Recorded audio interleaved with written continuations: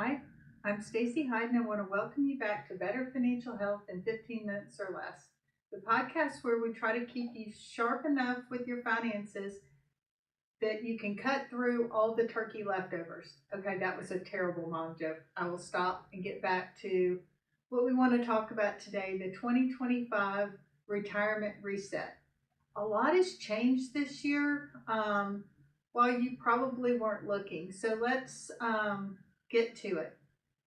There's a big change that happened this year called the One Big Beautiful Bill, and we'll talk about that a little bit. We've talked about it before, but I just want to remind you as we finish up the year, the 2025 retirement limits for your retirement plan. You really want to try to get to these if at all possible. 23,500 is the maximum in your 401k. That can either be pre-tax or Roth or some combination. If you're 50 or older, you can put in an extra 7,500. And this year, also either pre-tax or Roth. This was the first year, the super catch-up if you were 60 to 63 this year. Caveat, if you turn 64 this year, you can't do it. It doesn't apply. You can do an extra $11,250, not the $7,500. That's a key point of information because you don't get $7,500 plus $11,250. You get either or. So if you're over 50 but not in that 4-year window, your catch up is $7,500. If you're in that 60 to 63 and your employer has allowed it, there's an extra $11,250 you can do. If you're making IRA contributions, that's $7,500, and if you're over 50, you can put in an extra $1,000. Just like with the 401k, that is a combined limit, so you can either do a pre-tax if your income allows, or Roth up to that $7,500 limit, but you can't put the full amount into both. If you want to do both, you have to split it. So HSA contributions are still available. You can't change those. Generally, you made those last year during open enrollment. So kind of the quick math, if you are over age 50, you can put in $31,000 into your 401k this year, or $34,750 if you fall into those groups. I think the more interesting thing right now is we're coming into the year and getting ready for 2026.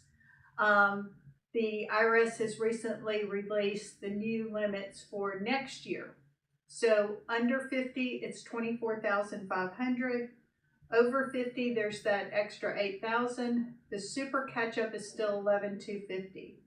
So that's what you need to be looking at for next year. I think the market reality that we're seeing right now is that someone just asked me today, they said, I'm looking to work about 8 more years and I'm projecting my accounts at 8%. Do you think that that's a conservative rate? And I said, well, if you're looking backwards, absolutely, because over the last 15 years, equities have done way better than that. But going forward, I think that you need to be looking at large cap U.S. stocks doing 4.5 to 5.5, maybe 6%, small caps a little more.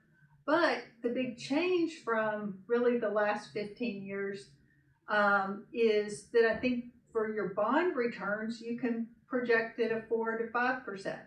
That's kind of the upside to these higher interest rates.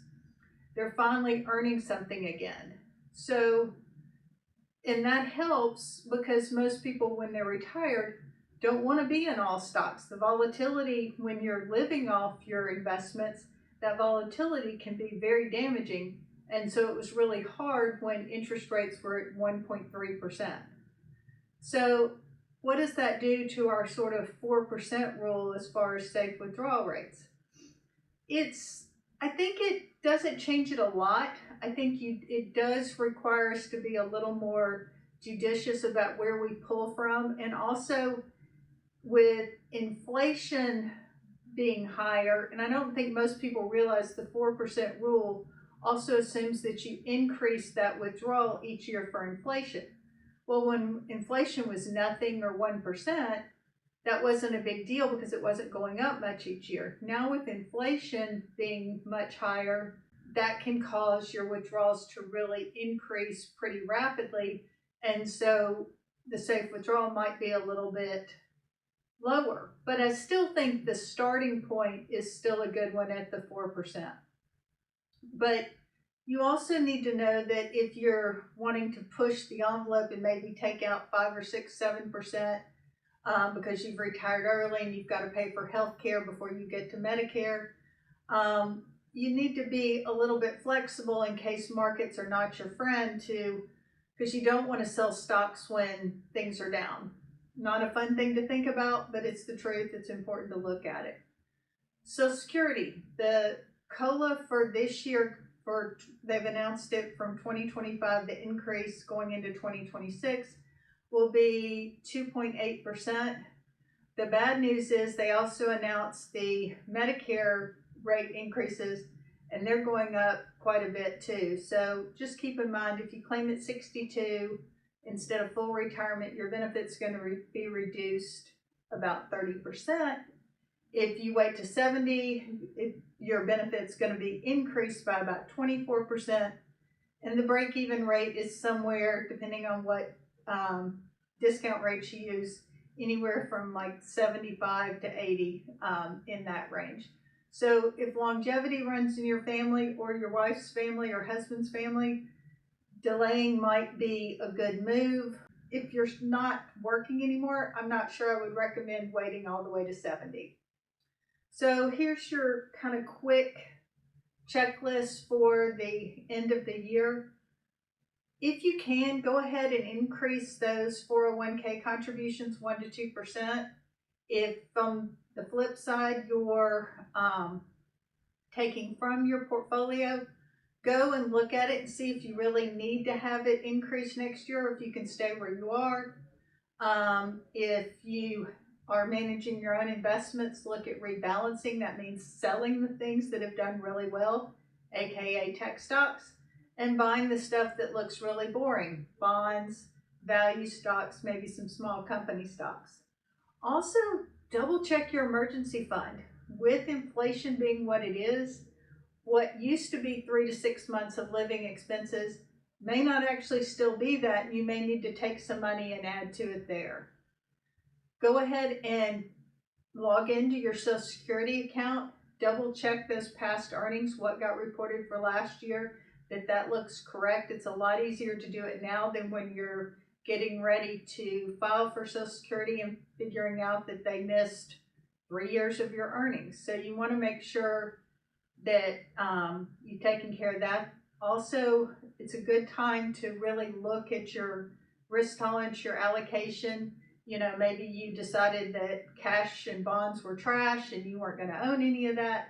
Now with volatility coming back in, with bonds actually earning good returns, might be a good time to introduce those back into your portfolio. So that's your 2025 retirement reset. Hopefully you've learned a few things, got a few ideas as we enter this last month of the year. And please share the podcast with a friend. We really appreciate it. Leave us a review and send us any podcast ideas you might have. Thanks again, and I hope your holidays get off to a great start.